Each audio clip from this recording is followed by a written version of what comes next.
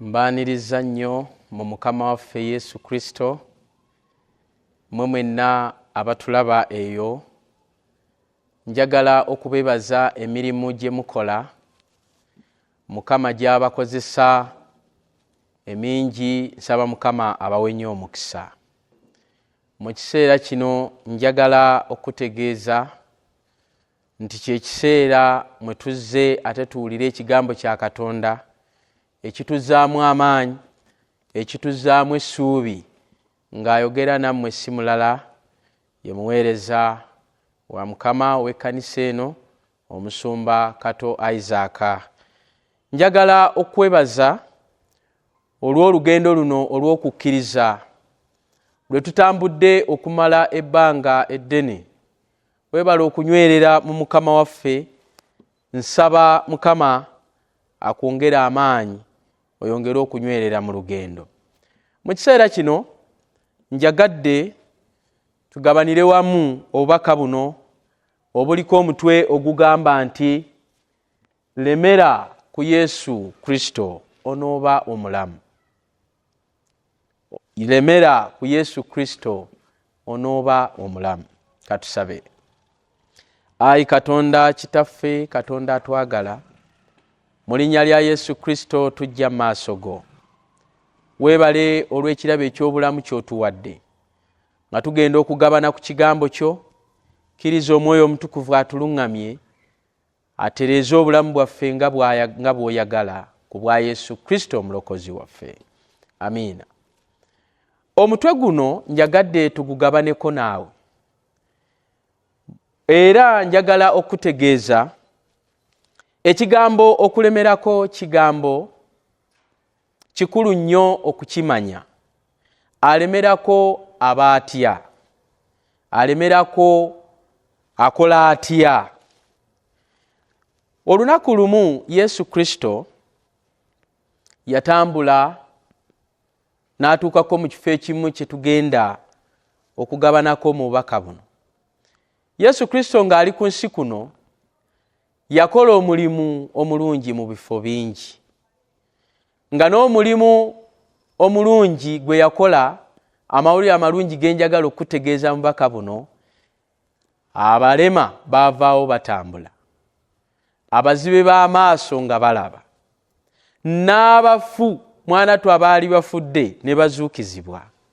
Njagala okutegeeza Yesu Kristo yakwata ku bulamu bw'abantu bangi, abataalina ssuubi ne baddamu essuubi, abayala n'abaliisa.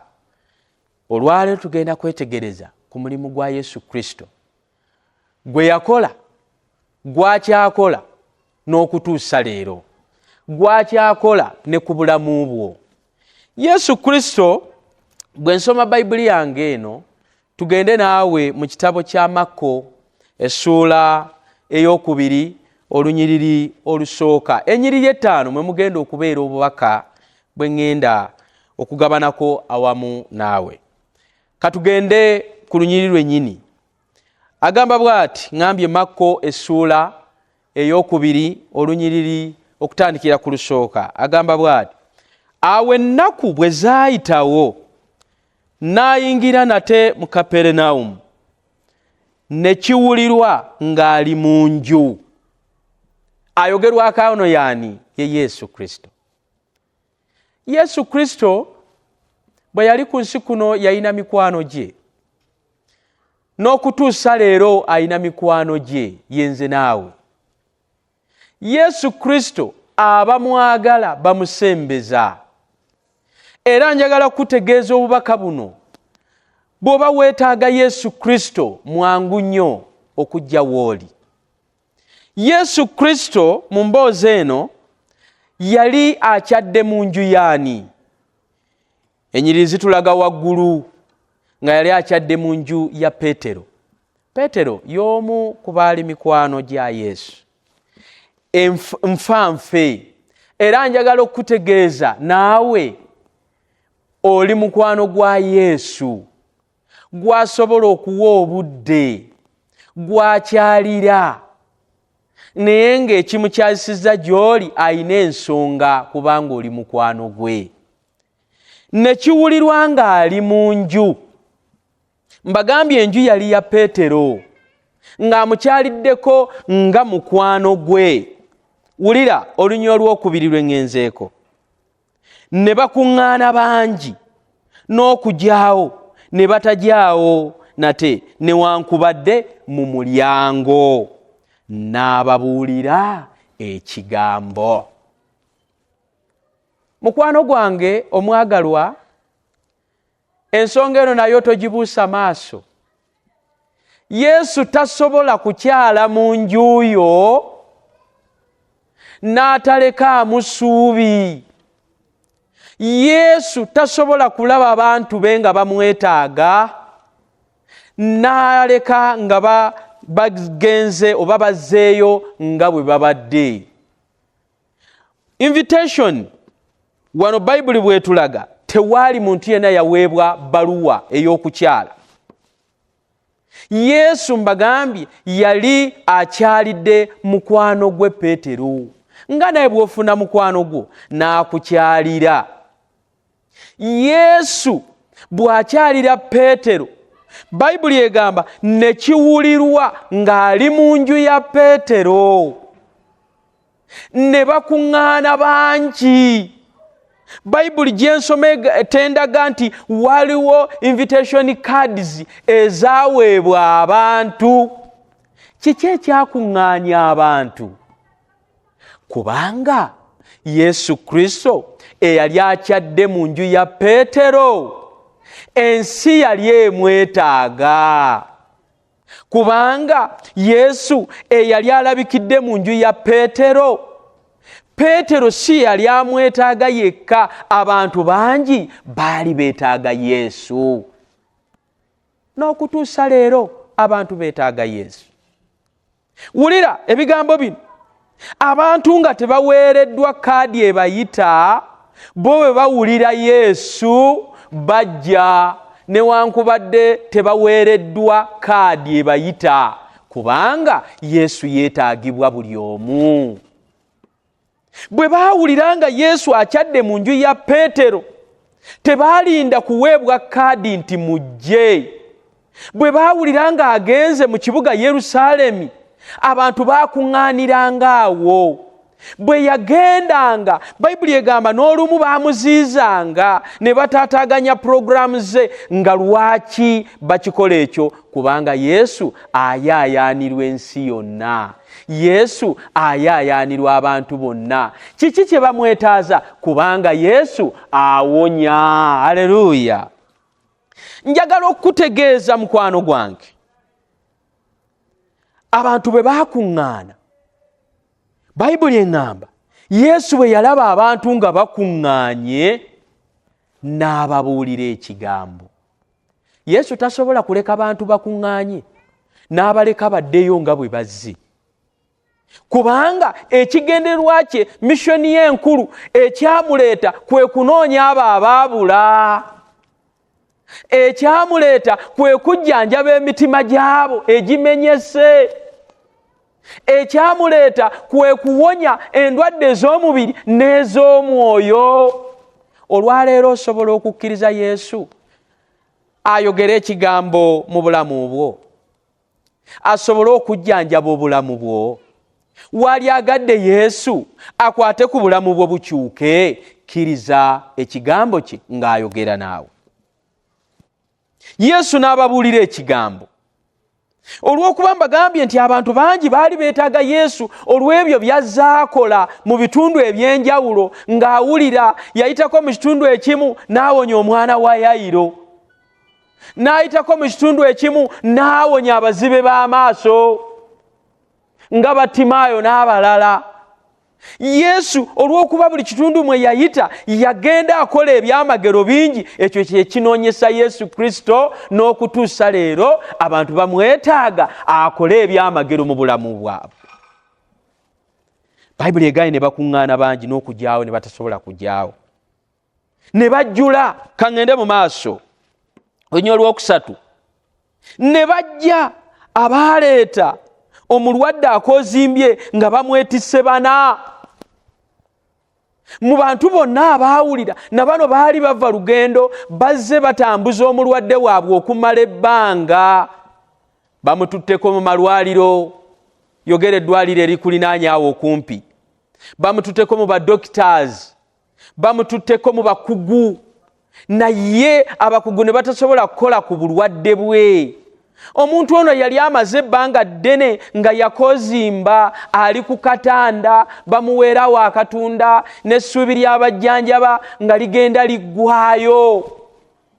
Mukwano gwange, njagala okutegeeza mu bigambo bino bye njagala owulire, oyinza okuba nga obadde oweddemu amaanyi. Mukwano gwange, oyinza okuba nga ojjanjabiddwa okumala ebbanga ddene, nga n'endwadde ekuluma ogenze mu basawo bangi, olemeddwa okujjanjabibwa, olemeddwa okufuna omuntu yenna akwata ku bulamu bwo butereere. Njagala okuleetera amawulire amalungi mu kiseera ekifaanana bwe kiti nti Yesu ayogera naawe, y'ayina ebigambo ebijjanjaba era ebitoolokosa omutima. Yesu Kristo okuyita mu kigambo kye tekiyinza kutuleka nga tufaanana nga bwe twazze. Bwe baleeta omulwadde, abantu bano nno beetegereze nnyo, kubanga nja kukomekkereza nga nkutegeezezza abantu bano ng'ate naawe ky'olina okukola. Mukwano gwange, bwe baleeta omulwadde nga bamwetisse bana ku katanda, bagenda okutuuka ku kifo, jjukira nabagambye abantu baakuŋŋaana n'okugyawo ne batasobola kugyawo, nga ne mu mulyango batuddewo, ne mu madirisa batuddemu, anti Yesu ababuulira ekigambo. Njagala okutegeeza abantu bano ne basaba nga beegayirira, bannange mutuweeko we tuyinza okuyisa omulwadde waffe tutuuke ku Yesu. Twagala okusisinkana Yesu, nga bambi bano bayambye buyambi, bo bano abana baali bayambi, naye ono gwe beetisse bambi ye yeetaaga okuyambibwa. Njagala okutegeeza mukwano gwange kya nsonga, gwateredde obulungi akyali obulungi, naddala mu bulungi obw'okutegeera Yesu Kristo. Bw'oba wafuna ekyama ekitegeera Yesu Kristo, kya nsonga okuyamba eri abo abatannategeera Yesu Kristo, abeetaaga okuwonyezebwa, obatwala eri Kristo nabo basobole okuwonyezebwa. Abantu bano weewaawo baali basobola okugamba nti ffe tuli bulungi, kiki kye twetaaga. Naye raba bwe bakola omutima omulungi ne bagamba twawulidde Yesu Kristo akyadde mu kitundu kino, ali mu nju ya Peetero, bannange naffe katutwale omulwadde ono Yesu Kristo asobole okumusisinkana. Abantu bano mbasanyukira nnyo, njagala kubategeeza ng'ekkanisa kino kye tulina okukola eri abantu abali mu bwetaavu, abalumwa ennyonta, abeetaaga okuwona. Abantu balina ebizibu, abantu beetaaga okuwona. Yesu Kristo nga tannadda, okuddako okw'omulundi ogwokubiri nga tannadda, abantu ba Katonda bali mu bwetaavu obw'okusinkana Yesu. Mukwano gwange, totuula. Saagala otuule, naye koppa enkola oba okulumirirwa. Abantu bano abasajja abana abayambako omulwadde eyali amaze ebbanga ng'akozimbye, ogwo gwe mulimu gwaffe, gwe mulimu gwo nange ogukuteesaawo tuleete abantu abafaanana bwe batyo abalina obwetaavu obw'okuwona, bawone mu maaso ga Yesu. Ne bamuleeta bagenda okutuuka ne babulwa we bayita, ne basaba olukusa ne balemwa, ne beetoololako emmanju nga wenna bajjudde abantu, ne bagendako mu madirisa nga wajjudde. Peetero we teweerabira, ye yakyazizza mugenyi we, yamukyazizza mu maka ge. Njagala okutegeeza sirabawo wano nga Peetero yeemulugunya ku kujja kw'abantu, olw'okuba Peetero yakimanya nti gwakyazizza mukwano gw'abangi, naye wulira yakola omulimu omulungi mu nnyumba ye n'akyalizaamu abantu kubanga baagala kusinkana Kristo. Njagala kubuuza ekibuuzo, mu nnyumba yo okyalizaamu abantu? Mu nnyumba yo ekisooka wali agadde okyaze Kristo?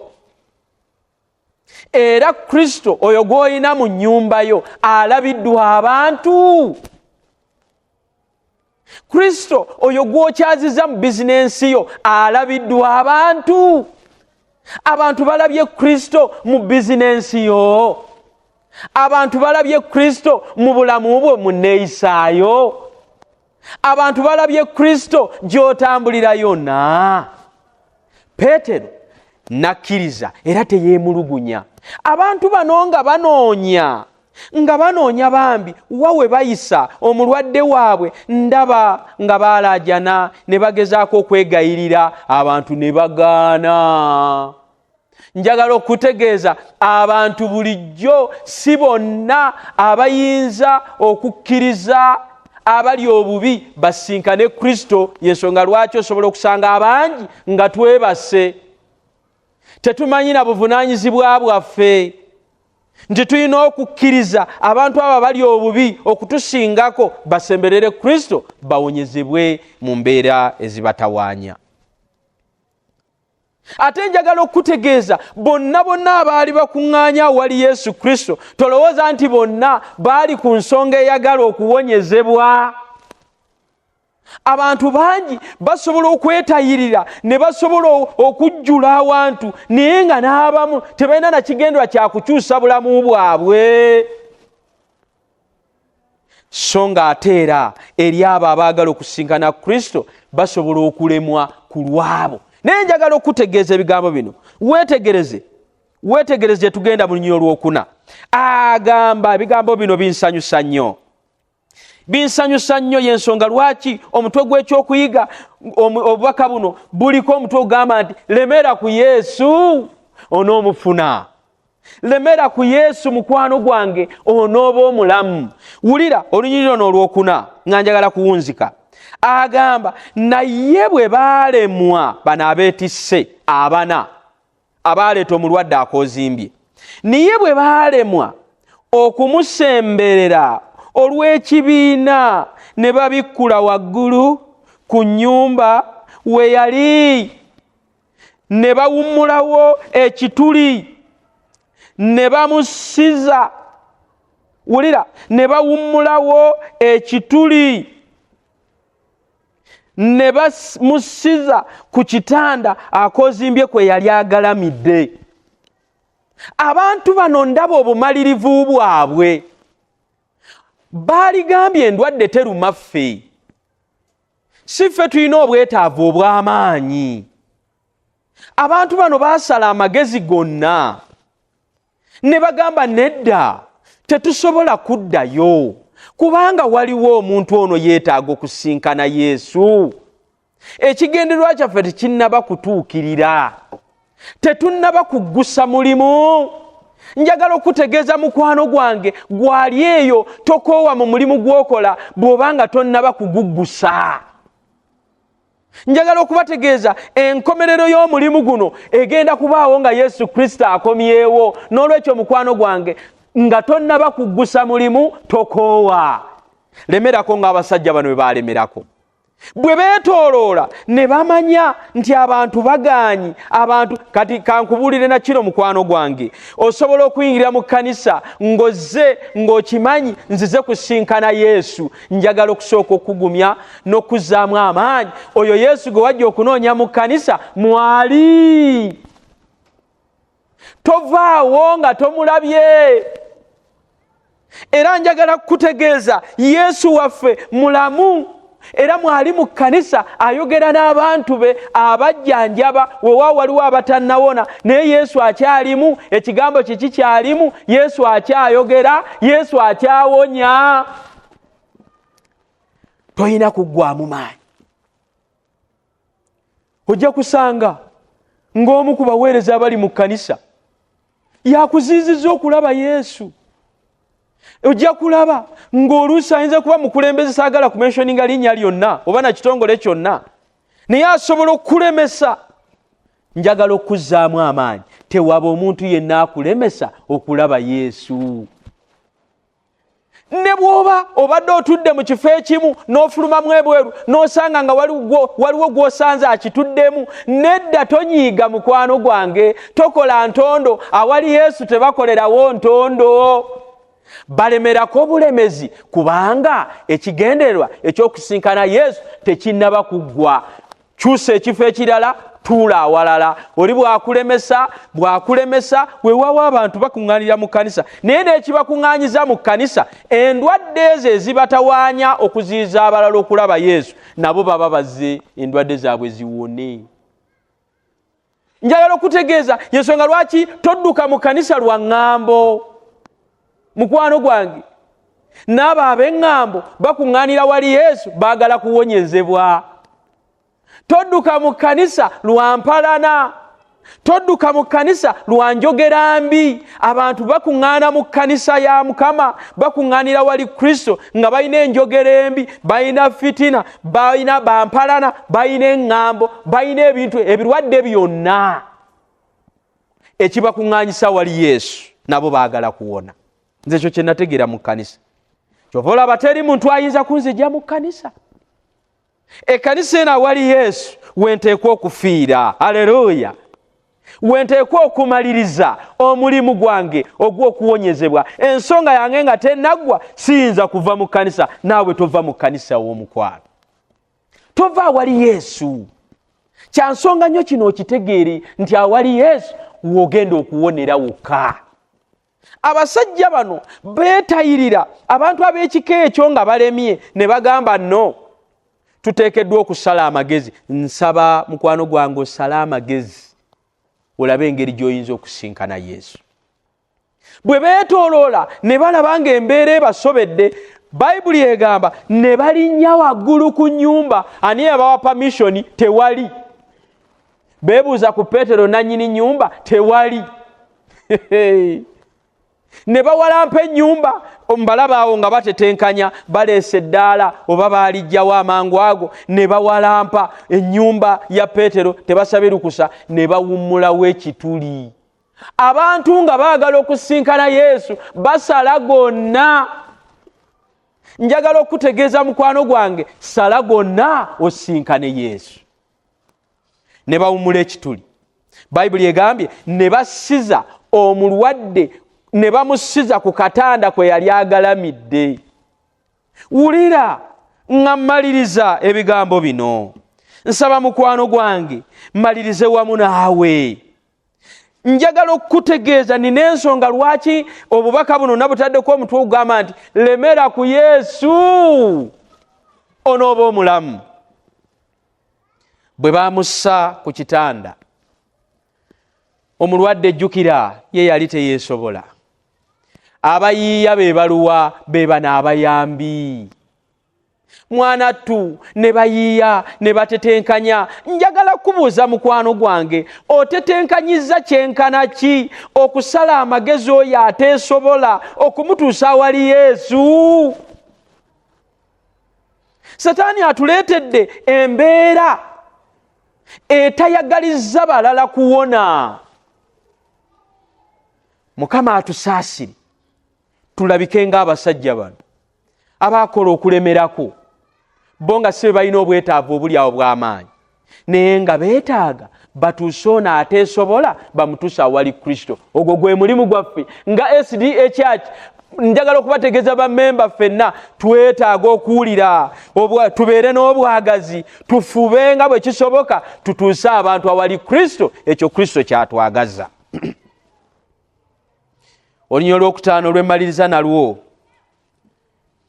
Yesu bwe yalaba okukkiriza kwabwe, kano kankaddemu, alaba kukkiriza kw'abaani? Alaba kukkiriza kwa mulwadde? Nedda. Alaba kukkiriza kwani?